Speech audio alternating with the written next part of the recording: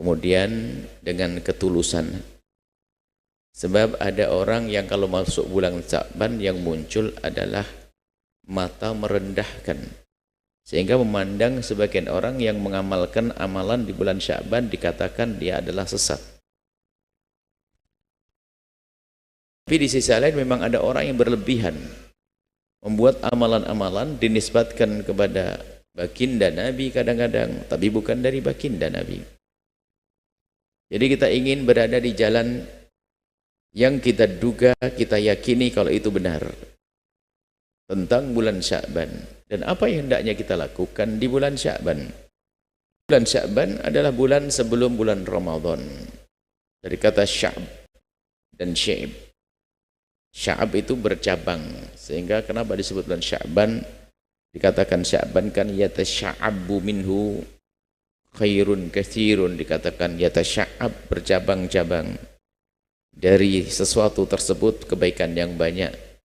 Syi'ib juga atau Sya'ab, Syi'ib itu dikatakan jalan yang berada di bukit-bukit, dimaknai jalan menuju kemuliaan. Itu secara bahasa. Yang jelas Sya'ban adalah satu bulan sebelum bulan Ramadan yang baginda Nabi karena yasumu Sya'ban kullah. Bahkan Nabi diriwayatkan pernah berpuasa di bulan Sya'ban seutuhnya atau sangat banyak puasa di bulan Sya'ban, itu riwayat dan sahih. Jadi bulan Sya'ban bulan menjelang Ramadan. Dan Nabi memperhatikan bulan Sya'ban. Nabi memperhatikan bulan Sya'ban. Baik, tentang Sya'ban ini banyak riwayat-riwayat hadis tentang puasa di bulan Sya'ban. Ini hadis berikutnya ada Nabi pernah, Sayyidina Usamah bin Zaid itu qala, berkata, qultu, aku bertanya Sayyidina Usamah, lam araka tasumu syahran minas syuhuri ma tasumu min Sya'ban. Aku tidak pernah melihat engkau berpuasa di bulan-bulan yang ada selain Ramadan tentunya lebih banyak dari bulan Sya'ban. Maksudnya gini, kenapa ya Rasulullah, aku kok menemukan engkau puasa di bulan Sya'ban kok banyak sekali? Nabi nyabat, dzalika syahrun, itu bulan Sya'ban adalah bulan yahfulun nasu, orang-orang pada melupakannya, baina Rajabin wa Ramadana, karena berada di antara Rajab dan Ramadan. Para ulama menjelaskan Nabi berpuasa di bulan Sya'ban itu karena Nabi melihat bulan Sya'ban ini kok bulan yang dilupakan, karena jatuh antara Rajab dan Ramadan. Rajab orang sibuk beribadah, sibuk melakukan kebaikan. Ramadan luar biasa, tapi Sya'ban enggak. Maka Nabi ingin menyempurnakan agar hidupnya penuh dengan kebaikan, termasuk di bulan Sya'ban. Kemudian riwayat lain lagi, hadis sahih riwayat Imam Bukhari dan Muslim, yasumu syahran. Ya, ini Nabi Muhammad lam yakun Nabi SAW yasumu syahran, kata Siti Aisyah. Nabi tidak berpuasa di satu bulan akthar min Sya'bana, lebih banyak daripada bulan Sya'ban. Jadi kalau ditanya misalnya begini, wahai Aisyah, wahai Siti Aisyah, selain bulan Ramadan, bulan apa yang paling banyak dipuasai oleh Nabi? Jawabnya adalah bulan Sya'ban. Fa inna kana yasumu Sya'ban kullah. Bahkan Siti Aisyah menambahkan, bahkan yang aku perhatikan, Nabi kalau bulan Sya'ban hampir puasa semuanya. Ini ada sifat Bukhari Muslim. Nah, artinya puasa di bulan Sya'ban adalah bukan sesuatu yang terlarang. Hanya nanti yang nggak boleh lagi itu adalah membawa riwayat tentang keutamaan-keutamaan yang tidak pernah ada dari Nabi, maka kita tidak hadirkan. Yang jelas kalau Anda ingin puasa bulan Sya'ban, puasalah Anda. Khususnya itu yang di bagian sini nih, yang punya utang Rom. Sebelum masuk Ramadan, Anda sambil bayar utang lah di bulan Sya'ban, masih ada waktu. Ya. Kan banyak ibu-ibu punya utang, adik-adik punya utang. Kesempatan Ramadan apa Sya'ban. Kalau sudah masuk Ramadan lagi, Anda belum bayar utang, sementara Anda tidak punya udzur, Anda dosa. Biarpun semula adalah Anda karena udzur, kecuali Anda, ini adalah babnya bab puasa, mengqadha puasa itu. Mengqadha puasa itu bagi seorang wanita yang punya udzur dulu haid kan tidak puasa, tapi diqadha dong nanti. Nifas, karena menyusui. Jadi kalau Anda puasa tahun lalu sebelum Ramadan yang lalu, waktu mengqadha Anda itu terbentang antara Syawal sampai Sya'ban.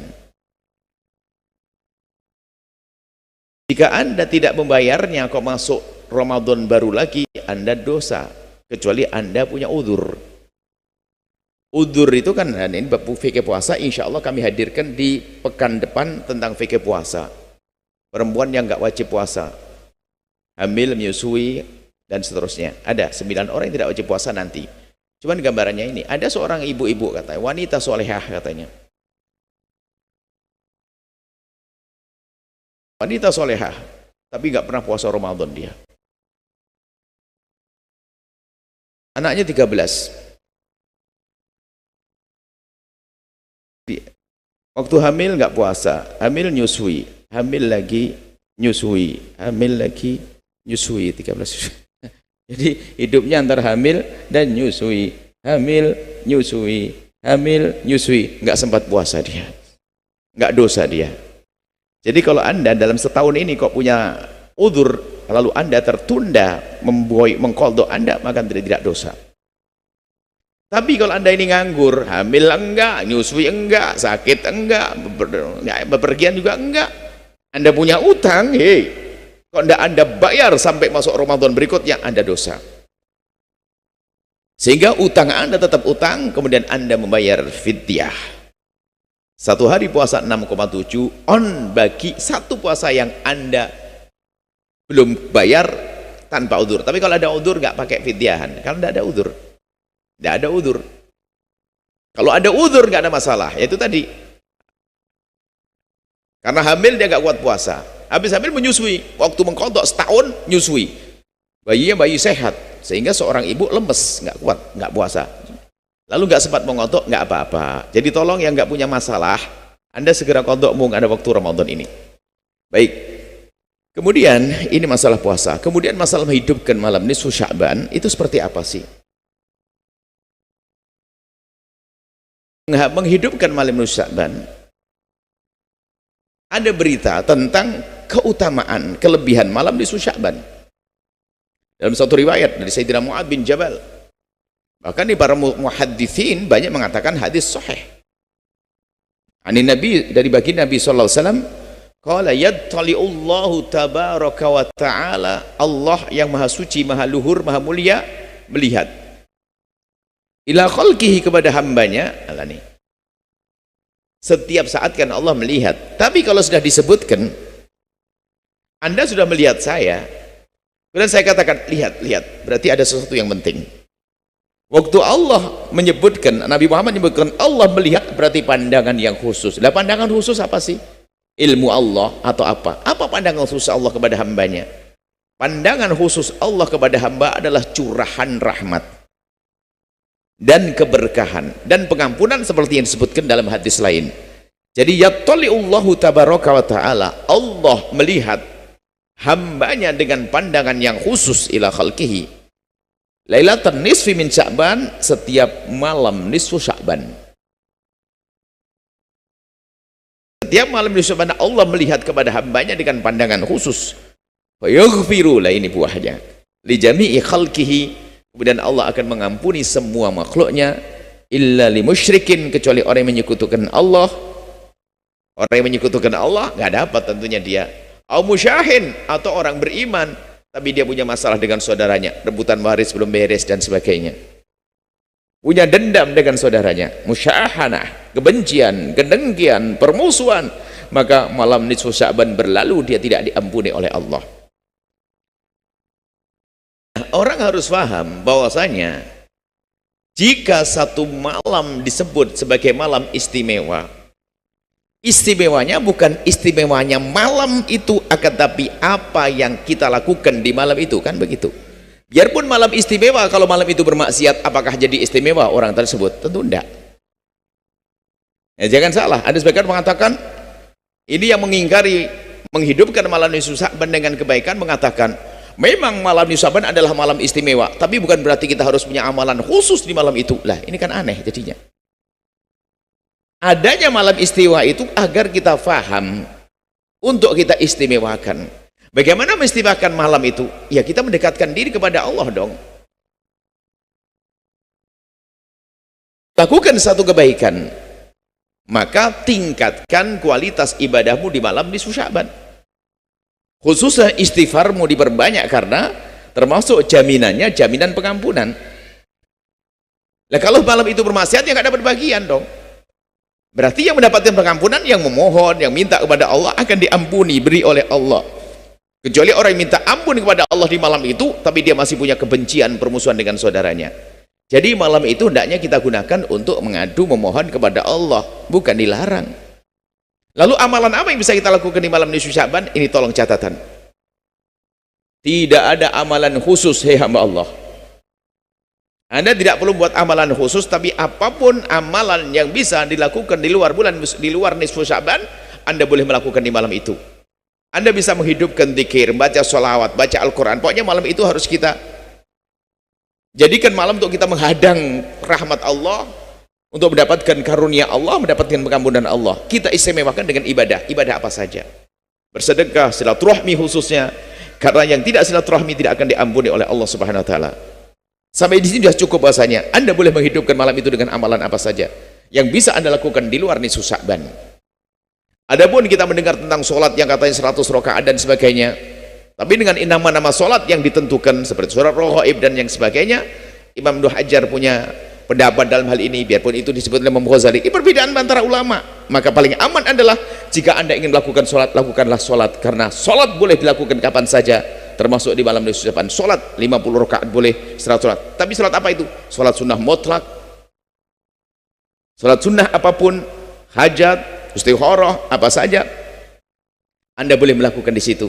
Bukan sebuah bid'ah, bukan sebuah kesalahan. Ini yang perlu kami hadirkan tentang malam nisfu Sya'ban. Sehingga kalau ada kegiatan-kegiatan di kampung selama ini yang sudah menjadi rutin, kebiasaan, jangan dirubah. Kalau ternyata mereka bersandar dengan riwayat yang tidak benar, misalnya riwayat yang dikritik oleh Imam Ibnu Hajar Al-Haytami, amalan itu adalah bid'ah, bukan harus dihentikan itu pekerjaan, akan tapi kita beri pekerjaan yang lain atau dengan niat yang berbeda, sehingga tidak masuk wilayah bid'ah yang dikatakan oleh Ibnu Hajar Al-Haytami. Sehingga kalau seandainya Anda berkumpul malam itu, malam nisfu Sya'ban berkumpul, ada yang memberi makanan, enak, sedekah. Terus ada yang baca sholawatan, beristighfar sama-sama. Kemudian setelah itu saling memaafkan, merenung dosa kepada siapa kita, sehingga setelah itu langsung ketemu di masjid, saling memaafkan dan sebagainya. Itulah orang mendapatkan pengampunan dari Allah Subhanahu wa taala. Baca Al-Quran boleh karena Anda seorang penghafal Al-Quran. Kalau Anda seorang fakih, mudarasah fikih, belajar fikih, sah-sah saja. Jadi jangan sampai tiba-tiba menjadi bid'ah dan sebagainya. Sampai mengatakan puasa nisfu Sya'ban adalah bid'ah, tidak. Puasa nisfu Sya'ban adalah yang penting Anda tidak meniatkan khusus dengan puasa nisfu Sya'ban. Puasa, sebab puasa pertengahan bulan diperkenankan, puasa hari putih 13, 14, 15 dan bulan Sya'ban semuanya bulan yang bisa dipuasai. Akan tapi tanpa harus Anda mengatakan puasa nisfu Sya'ban, tanpa harus berkata seperti itu, sah dan dapatkan pahala. Pahalanya double. Pahala hari puasa putih, hari putih kan, hari bid, yaumil bid, hari bid 13, 14, 15 masuk. Kemudian puasa di bulan Sya'ban itu sendiri, tanpa harus Anda mengkhususkan puasa di malam nisfu Sya'ban. Puasa di siang hari nisfu Sya'ban, malamnya berbuat baik, puasanya di siang harinya. Jadi sah-sah aja puasa, karena itu hari putih, tanggal 15. Tanpa harus Anda beli embel-embel, ini puasa itu, tidak. Puasa begitu saja, sah. Kemudian tentang puasa setelah hari nisfu Sya'ban ke belakang, bagaimana hukum puasanya? Memang di dalam mazhab kita Imam Syafi'i, bagi orang yang tidak pernah punya kebiasaan puasa, maka tidak diperkenankan puasa setelah nisfu Sya'ban, kecuali tadi untuk bayar utang atau karena kebiasaannya. Bagi ibu-ibu yang punya utang nggak ada larangan sama sekali. Tapi bagi orang normal nggak punya utang, kayak laki-laki normal, tiba-tiba setelah nisfu Sya'ban puasa, di dalam mazhab kita Imam Syafi'i, kita hadirkan pendapat ulama biar Anda bisa milih. Dalam mazhab Imam Syafi'i ada dua pendapat. Pertama mengatakan haram, nggak usah puasa. Yang kedua adalah makruh. Ternyata jumhur ulama mengatakan tetap sunnah. Jadi Anda tidak usah bingung dalam hal ini. Sudah, kalau ingin puasa, puasalah, ya. ingin puasa saja, dan caranya yang paling tepat adalah ya, Nabi pernah menyebutkan la taqaddamu, jangan kau mendahului Ramadhana biyaumin aw wala biyaumaini. Kamu jangan mendahului Ramadan dengan puasa sehari atau 2 hari. Maksudnya setelah nisfu Sa'ban jangan puasa sehari atau 2 hari. Illa rajulun, kecuali seorang laki-laki, kana yasumu sauman, kecuali satu orang berpuasa di sebelum nisfu Sa'ban. Jadi gini, kalau Anda pengen aman, biarpun menurut madhab Imam Syafi'i tetap saja diperkenankan Anda puasa, caranya Anda ambil sehari sebelum nisfu Sa'ban biar nyambung seperti itu. Kalau puasa Senin Kamis tetap nggak ada halangan.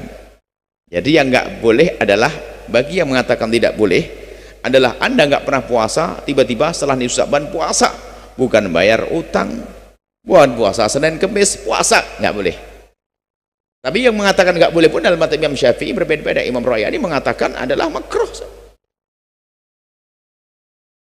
Bahkan sebagian dari ada umat madhab Syafi'i mengatakan tetap sunnah seperti madhab yang lain. Jadi nggak usah ribut. Sudah puasa juga enggak ribut, nggak di masalah ini ya. Kalau puasa ada pendapat silahkan bayar utang dan seterusnya. Baik, ini saja maksud kami apa. Anda jangan gampang terpengaruh dengan sebagian orang yang punya heboh bulanan. Heboh bulanan ada, bulan Maulid heboh, bulan Rajab heboh, bulan Syawal nanti ada heboh lagi, Ramadan heboh, kemudian Sya'ban heboh. Anda tidak boleh ikut-ikutan itu. Bulan kita adalah bulan ilmu, dan sudah Anda terima ilmu insyaallah, sehingga yang mau puasa silahkan puasa, yang ingin punya amalan di malam nisfu Sya'ban, amalan